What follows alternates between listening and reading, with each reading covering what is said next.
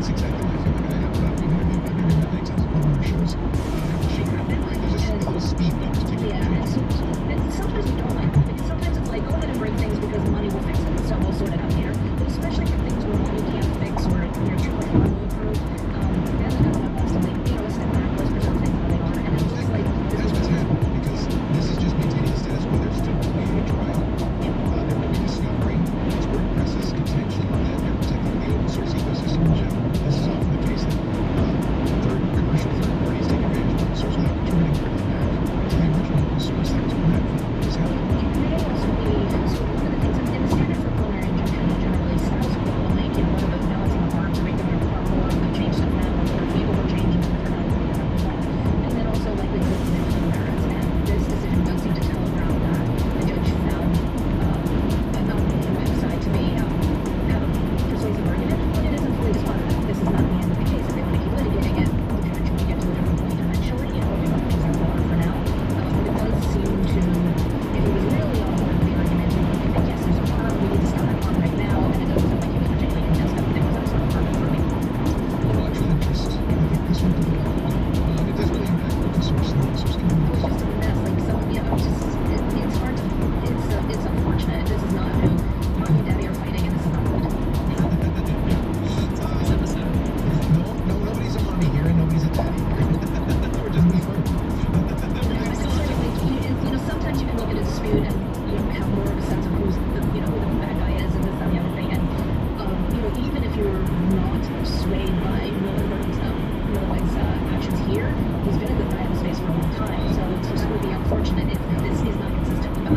That's exactly my feeling. We've interviewed many times on our shows. I have a highest regard for him as open source, so I kind of lean in his favor without really knowing what the case is. I think that the trial to the best solution.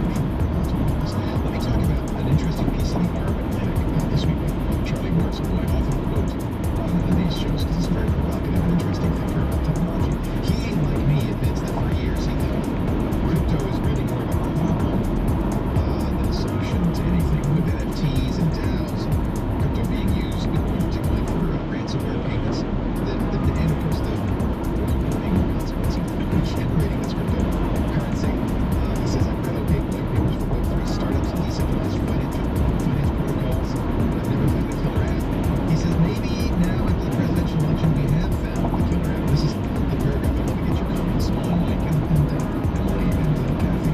This is the quote from Charlie Morrison. The Atlantic crypto is a technology whose transformative power is not a particular service, but a culture. Culture, one that is by nature distrustful of institutions and sympathetic to people who dismantle them or control them. The election results were, at least in part, a repudiation of institutional authorities and crypto that deliver them. We noticed that not just Elon Musk, but generally the crypto industry put hundreds of millions of dollars into the election to support crypto-friendly politicians, and they won big time. The new SEC chairman is called crypto, placing very heavily on the regulate crypto as securities. And then crypto is doing all of that. They kind of, I've even seen it go so far as to say, there shouldn't be any capital gains tax for money we make speculating in crypto. And that's the case in some countries. I don't know if it will be the case here. Trump has said he wants the United States to be a big crypto power. He wants us to have a giant crypto foreign office. He always uses like the most dramatic imagery possible. Well, exactly. I was deregulation to help, quote, ensure that the United States will be the crypto capital of the planet and the Bitcoin superpower of the world. Take that, take that, El Salvador. By the way, people who criticize President Bukele's decision to put the El Salvador currency, and you would know a little bit about this, Mike, I'd like to know what you think, on a crypto basis. His investment in Bitcoin has proven a $400 million windfall for El Salvador. What do you think? Was that the right thing to do? Well, if he cashes out, if crypto is supposed to be a currency, They still use dollars, don't they use cheaper dollars, they use the US dollar, but it's also an investment. So like if you invest in this or this or that, so it's mainly a way to make money. As long as it's going up, you make money. If it doesn't go up, you lose money. And the problem I have with cryptocurrency is it's not tied, the value's not tied to anything. At least with this it's sort of tied to the results of the company, or real estate is sort of tied to the market. But there's in the last couple of decades, we've sort of accepted the idea that making tons of money for its own sake is an acceptable thing to do. I am from the old fashioned, I tend to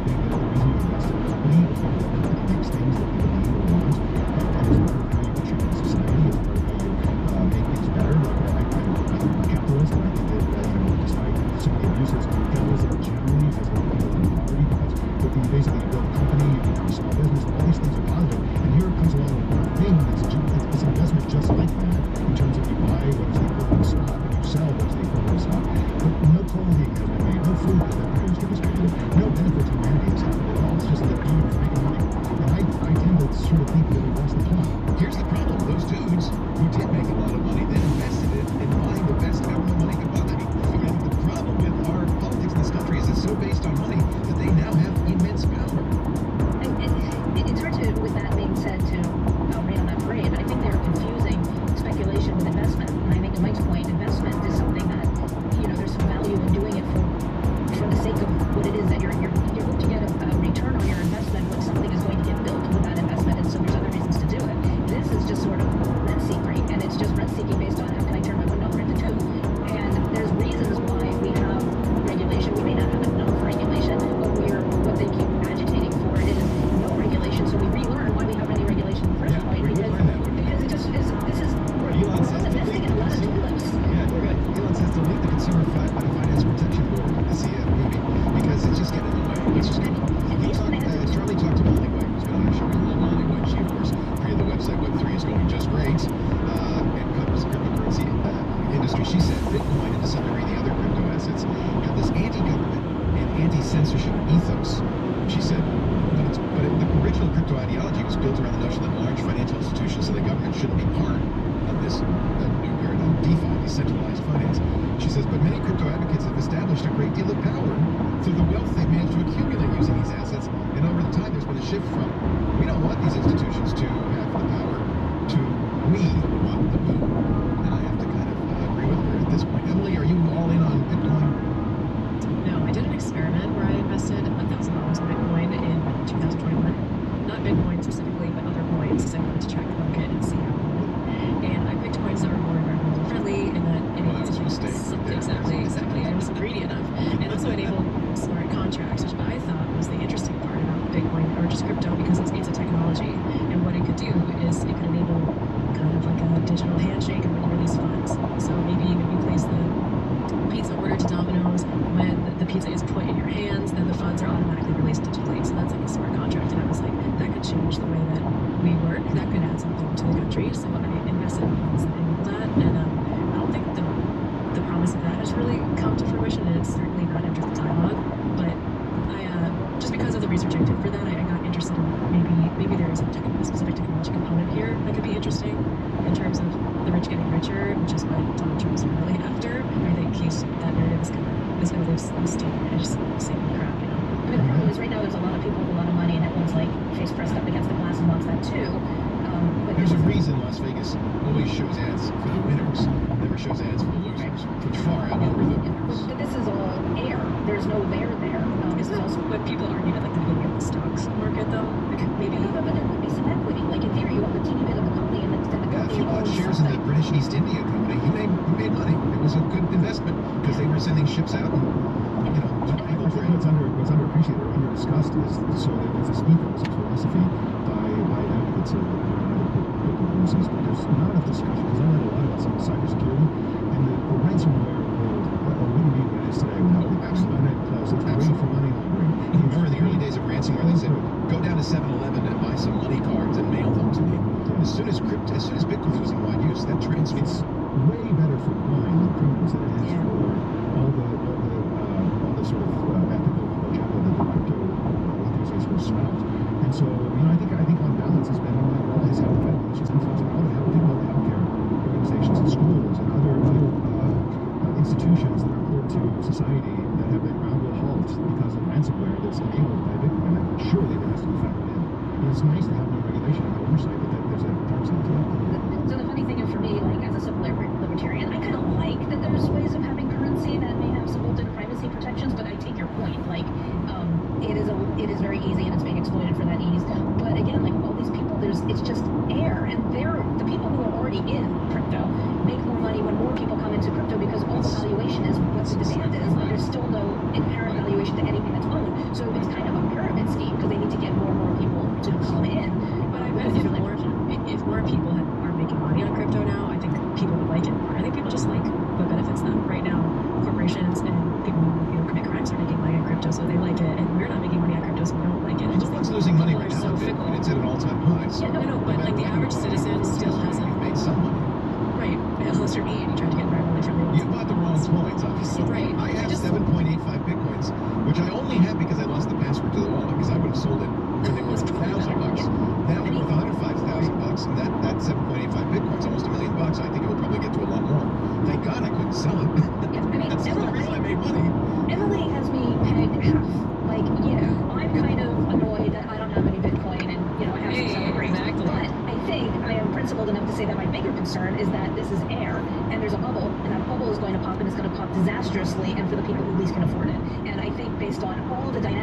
physics of what is going into this, where it's just speculation based on how much demand they can do. At a certain point, they will run out of demand, and it will pop, and that will be bad. And I think the concern is really rooted not purely in the The trick sector. is It's to get out annoying before that. corporations are making money on crypto and we're not. It's annoying that the incoming president is advocating for people who are already incredibly wealthy and have incredible tax advantages to make more money, and that is also part of this. What's annoying to me, though, it's not that somebody else is about making money. I don't care if other people make money. Everybody makes as much money as they can. I think that's great. What's annoying to me is that nobody cares that this investment has been facilitating crime and providing no material benefit to society. And it would be so much better if people did their investing into companies that were doing something positive, building something, creating I like that. something. You're right. Well, she tried to buy the They crypto. Buy, but that's right. Buy something that's going to contribute back to society. Crypto doesn't do that. It's pure speculation. What I'm more concerned about is that they want a gun for the regulatory state. So the regulatory state may be good, bad, or otherwise, but it kind of exists to sort of not have bubbles, and if they do pop, they don't pop so disastrously. And so at least like what would be a more constructive investment? Well, invest in a company in a normal way, and they're not happy with the SEC because the SEC is kind of like looking at their stuff and saying like, I think you fall under what we're regulating because you kind of need the regulation here. So they want to do away with the SEC. So They're they going to do can have away with it. and then we've lost a lot of the protection that protects all of us and helps guide to make sure that we can have sounder investments and that the public can invest more soundly. So, I bet you that the vast majority of our listeners right now have been thinking about getting into Bitcoin. Right? They see it's going up. Seems like it's going to go up forever. My wife said I should buy some Bitcoin. It made it easy because most of the stock brokerages sell Bitcoin ETFs. So it's easy now to buy a fractional Bitcoin and just cross your fingers and it continues to go up. Charlie writes, crypto's future is uncertain, but its legacy, at least in the short term, seems clearer than it did before November 5th. It turns out cryptocurrencies do have a very concrete use case. They are a technology that has latched onto and then helped build a culture that celebrates greed and speculation as virtues, just as it embraces volatility. The only predictable thing about crypto seems to be its penchant for attracting and enriching a patchwork of individuals with qualities including, but not limited to, an appetite for risk, an overwhelming optimism about the benefits of technology, or a healthy distrust of institutions. In these ways, crypto is a perfect fit for the turbulence and distrust of the 2020s. Well said. I think we're going to miss those institutions when they're gone. Yes, I think you're right. I would much rather have a strong central financial institution than be what the country and the people that relies on crypto. Like, that's a very poor outcome. Wait a minute, I think this is something where we agree. What's interesting is... Hey, I liked your opinion on TikTok. I was just, like, I have absolutely no problem with what you said. I just am trying to figure out how I swear on it, and that's, I don't think I have no ill will towards You have new TikTok input. subject. Yeah. And I love your championship of the First Amendment, and we need more people like you. I mean, especially because like I do like regulation in certain ways. I kind of want a role for government. So then the issue is I fight hard for like the civil liberties and like the First Amendment especially, because if you're going to endow the government with a lot of power, that's a lot of power that can be abused. And so one of the fundamental checks on it is to make sure we've got this free avenue and free path to be able to complain about it if it screws up, especially because we're a democracy. So we should be able to discuss how we want to re-steer it. So that's why I hold on so tight for this, because it's the counterbalance for when we need the government to actually be more strong and centralized to do these helping things where we're just not going to be able to sort it out unless we come together to form this more perfect union and promote the general welfare. We all just need a hug. We need a hug, everyone. Yes, some very smart people 200+ years ago kind of had that idea. Right. You're watching This Week in Tech. I got to pause. Hold on. You're watching This Week in Tech. Emily Forlini, who has a thought. We'll get to that in just a moment from PC Magazine. Kathy Gellis, who is our attorney-at-law and contributor at Techdirt. And of course, Mike Kelkin of Gastronomia.net and his newsletter, MachineSociety.ai. It's great to have smart people talking about this stuff. And if smart people all agreed, the world would be a lot easier, but it wouldn't be necessarily a lot better. Thank you for being here. Thank you all for watching. People thought it was impossible to build a firm, lifted booty, and flatten and shrink your abs at the same time. We've cracked the code. I'm Carl, the CEO of Body. That's Body with an I. And if you want to lose weight while you're firm and tight, even that lower pooch, you need the 80-Day Obsession Fitness and Eating Program. It's 80. If you program of your choice, picture Toyota is waiting for you. Called Addy. It's FDA approved. Post Illinois, the NCSA, interesting article in the New York Times, among other things. They talked about how the election was really a boon for Silicon Valley. Mark Andreessen, the guy who wrote Netscape Navigator when he was a student at the University of Illinois, the NCSA, is now a venture capitalist and podcaster, I might note, and a big Trump fan, said he has spent about half of the time since Election Day working on the presidential transition. He framed Donald Trump's win as a cultural moment for a techno-optimist ideology. You may remember about 6 months ago, Andreessen Publishing, his techno-optimist manifesto. We talked about it. He said, "It's morning in America, so I'm very happy. People are finally poking their heads out of the frozen tundra of culture and realizing it's actually okay to build things, hire on merit, celebrate success, and fundamentally be proud of the country and be patriotic." I mean, that sounds good, but everything really he's good. I like advocated it. for following through on that tends to not be that. Well, let's see. I mean, Also, it's rich coming. look, I admit I'm anti-Trump. I've been a never Trumper since the day he rolled the golden escalator. But maybe I've been wrong all this time. Maybe this is going to be a good time in America where we're going to build and get stronger, and maybe we should celebrate Silicon Valley and the innovation culture. But let's not forget what we already know. So the first thing we know is Donald Trump, the person, doesn't know anything about technology. He calls it the cyber. And every time somebody asks him any questions about anything, Bitcoin, AI, whatever, he always says, "Well, my son Barron is really good with his laptop." And so he personally doesn't, and I have a tendency to think that he's brought in all these sympathetic people because they have money, they have influence, they help him get elected. I don't think any of the people he's brought on for this transition, like Andreessen or future Mark Pincus of Singa, David Marcus from Meta, Elon Musk. That doesn't mean he's going to let them be in charge. I think what it means is that he's a megalomaniacal narcissist, and he's going to send on Mount Olympus and say, "I think I will allow children to get polio." And so it's like, I don't think any of this, he still hasn't decided whether he's going to go with any of this stuff, and there's no reason to believe that he's going to go with any of these people. And certainly doesn't understand anything about AI, crypto, or any of that stuff. It's ironic because Peter Thiel equated liberalism with the ancien regime in France, which of course was overthrown and promptly headed to the guillotine to get their heads chopped off. Ironically, the reason they got their heads chopped off is because they were collecting all of the resources, all of the money, and letting them eat cake. And it seems like maybe Mark has his history, or Peter Thiel, I should say, has his history a little bit upside down. I mean, if this wasn't our country and our future and our democracy, It's an interesting this might almost be kind of fun to sit back and watch. Yeah. But the thing is, I don't disagree with the characterization of Trump and how he will probably comport himself. But, you know, his little court of people competing for each other, it's not like there's any of them that I'm rooting for. I don't think they have any better insight into that interface between what technology can do and how it interfaces with humanity. They don't seem to actually like humanity very much. Yeah. And it's really concerning, like, what would they actually advocate? To a certain extent, Trump might actually temper them, because a lot of the stuff is really nihilistic and programs humanity off of the earth to just have this sort of techno-utopia. I'm deeply worried about what they would want to prescribe, and I'm only somewhat happy that they may crash into each other and take each other out before they actually get to do any real damage. It's interesting timing, because we are at a moment, I think perhaps at a moment, where AI is going to suddenly change a lot of what's going on in the world, and it coincides with this rise of a techno elite. I don't know if that's good or not. I'm not sure what that's going to be. It's going to be uncertain.